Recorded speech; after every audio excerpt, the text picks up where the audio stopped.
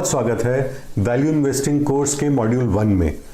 Financial planning और financial goal, ये दो चीज़ें हैं हर इन्वेस्टमेंट के सेंटर में। समझते हैं कि फाइनेंशियल गोल क्या चीज़ होती है। फाइनेंशियल गोल 3 चीज़ों से बना होता है। सबसे पहला एस्पेक्ट, सबसे पहला कैरेक्टरिस्टिक और सबसे पहला कंपोनेंट, सबसे पहला पार्ट फाइनेंशियल गोल का होता है कि हमें कितना पैसा चाहिए। दूसरा, हमें किस चीज़ के लिए पैसा चाहिए। और तीसरा, हमें कब ये पैसा चाहिए। फॉर एग्जाम्पल, अगर मुझे अपने बेटे की पढ़ाई के लिए 3 साल के बाद 10 लाख रुपए की ज़रूरत है, तो ये हुआ एक स्पेसिफाइड डिफाइंड फाइनेंशियल गोल। यानी कि मुझे सबसे पहली बात 10 लाख की ज़रूरत है। कब है? 3 साल बाद। किस लिए है? अपने बेटे की पढ़ाई के लिए। अगर मैं सिर्फ बोलूं कि मुझे 3 साल बाद 10 लाख की ज़रूरत है या बेटे की पढ़ाई के लिए 10 लाख की ज़रूरत है, तो ये एक इनकम्प्लीट स्टेटमेंट है।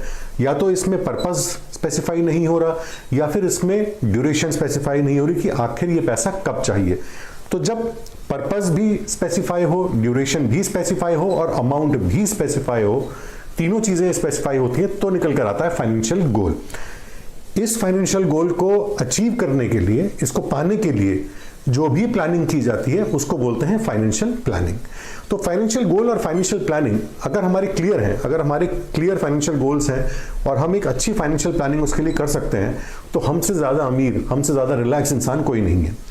लेकिन कितनी भी इनकम पे अगर हम अपने फाइनेंशियल गोल्स को ठीक से या तो डिफाइन नहीं कर सकते या फिर उनके लिए कोई अच्छा प्लान नहीं बना सकते, तो हम चाहे कितना भी पैसा कमाते हो, हमारे पास चाहे कितना भी पैसा हो, हम कभी भी अपने गोल्स को पूरी तरीके से अचीव नहीं कर पाएंगे।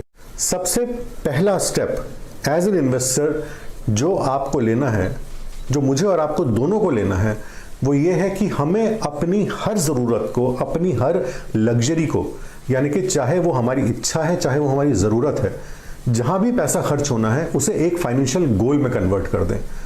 हमें एक महंगी घड़ी खरीदनी है, किसी फॉरेन ट्रिप पे जाना है, बड़ी गाड़ी खरीदनी है, मर्सिडीज खरीदनी है, बढ़िया जूते खरीदने हैं, कुछ भी खरीदना है जिसमें पैसा खर्च होने वाला है और वो पैसा हमारे रोज़मर्रा की कंफर्ट लिमिट से ज़्यादा है, यानी कि जितना हम पैसा कमाते हैं उसकी कंफर्ट लिमिट से थोड़ा सा ज़्यादा है, तो हमें उसे एक फाइनेंशियल गोल में कन्वर्ट करना है। अब जब भी हम किसी खर्चे को, अपनी किसी भी इच्छा को एक फाइनेंशियल गोल में कन्वर्ट कर देते हैं, तो सबसे पहली बात तो ये होती है कि हम अब उस बारे में जल्दबाजी नहीं करते। अब हम इंतजार करते हैं कि हम उस चीज़ के लिए पैसा इकट्ठा कर लें और फिर हम अपने उस गोल को अचीव कर लेंगे। कुछ गोल्स ओपन एंडेड भी रखे जा सकते हैं, जैसे कि मैंने एग्जांपल दिया फॉरेन ट्रिप का। मान लीजिए फॉरेन ट्रिप हम या तो स्पेसिफाई करें कि हमें 5 साल के बाद या 3 साल के बाद यूरोप घूमने जाना है या अमेरिका घूमने जाना है, उसके लिए हमें इतने पैसे की ज़रूरत है, मेरी फैमिली जाएगी तो इतने पैसे की ज़रूरत पड़ेगी। या फिर ये भी हो सकता है कि मैं इतने पैसे इकट्ठे करूंगा, जब भी मेरे पास ये पैसे इकट्ठे हो जाएंगे मैं एक फॉरेन ट्रिप लगा सकता हूँ।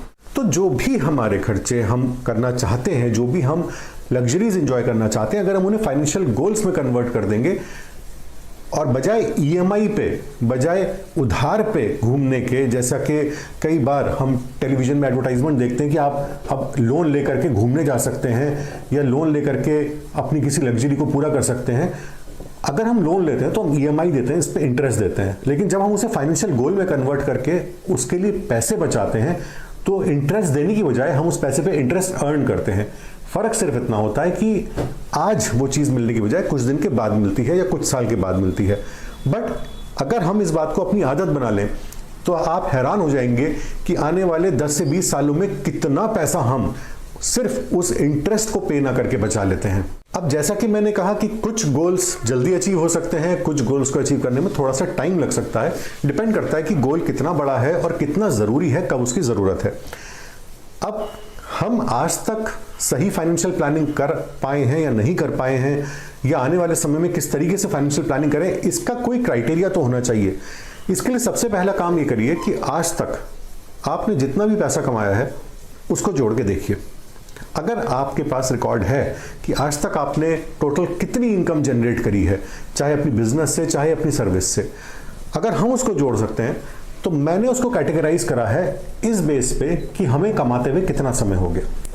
फॉर एग्जाम्पल, अगर हमें कमाते हुए 3 साल हुए हैं, हमने अभी अभी अपना कैरियर शुरू करा है और हमें कमाते हुए 3 साल हुए हैं, तो ऑब्वियसली 3 साल की कमाई में नया नया कैरियर शुरू हुआ है, इस समय एक अच्छे गॉगल्स खरीदना, अच्छी घड़ी खरीदना, बढ़िया स्टाइलिश जूते खरीदना, अच्छी वार्डरोब क्रिएट करना, ये सब लग्जरीज नहीं, ज़रूरतें बन जाती हैं जब आप कमाई शुरू करते हैं। और ये होना भी चाहिए, क्योंकि लाइफ की ये जो छोटी छोटी लग्जरीज हैं, ये जो छोटी छोटी खुशियां हम इन चीज़ों पे खर्च करके जो हमें हासिल होती हैं, ये बहुत ज़रूरी है सेल्फ कॉन्फिडेंस बिल्ड करने के लिए, सोसाइटी में उठने बैठने के लिए, और एक कॉन्फिडेंस